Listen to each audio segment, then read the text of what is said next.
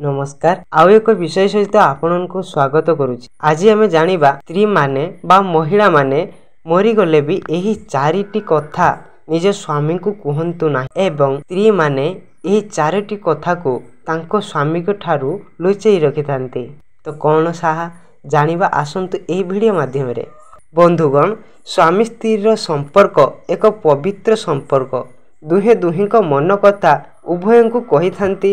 यह ही तो स्वामी स्त्री संपर्क को मजबूत रखि थाए। एमिति कौनसी कथा नहीं जहा को कहिबा पई स्त्री लाज करिबो स्वामी को। तेबे केउ चारोटी कथा को स्त्री मरी गले मध्य निज स्वामी आगरे कही न थाए। आउ डेरी नकरी आसंतु जानिबा सेही सब विषय रे। प्रथम कथा हेउची प्रत्येक स्त्री जीवन रे विवाह पूर्वरु केही ना केही युवक निहाती आसी थांती। अविवाहित थिबा बेले सेमाने मध्य अन्य कोनसी पुरुषंक प्रेम रे पड़ी थांती, किंतु जेते आपण मध्य तांको सह मिसिले एही कथा को आपण को कहिबा उचित भाबंती नाही। कौन से स्त्री निज स्वामी पाखरे प्रथम प्रेम कथा कही न थाए, कारण ताकु डर लागी थाई एहा कहिबा द्वारा तार दाम्पत्य जीवनर फाट सृष्टि होई पारे। द्वितीय कथा हेउची घरर प्रत्येक महिला किछि टंका लुचई संचय करी रखि थांती। स्त्री माने केबे हेले एही कथा को निज स्वामी को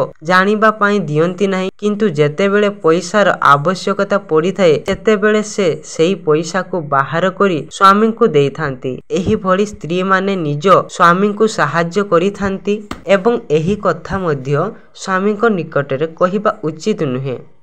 तृतीय, बेले बेले स्वामी स्त्री किछि इच्छा एका भली हेउ न थाए। स्त्री को किछि पसंद थाए तो स्वामी को आउ किछि, तेणु उभयंक मध्यरु जणकु निज इच्छा को मारिबा को पड़ी थाए। एही परिस्थिति को संभाळिबा पाई स्त्री माने निज स्वामी को इच्छा को सम्मान देई निज इच्छा को मारी रखि थांती एवं एहा करिबा उचित, जहा द्वारा उभयंकर दाम्पत्य जीवन खुशी रे जाई थाए।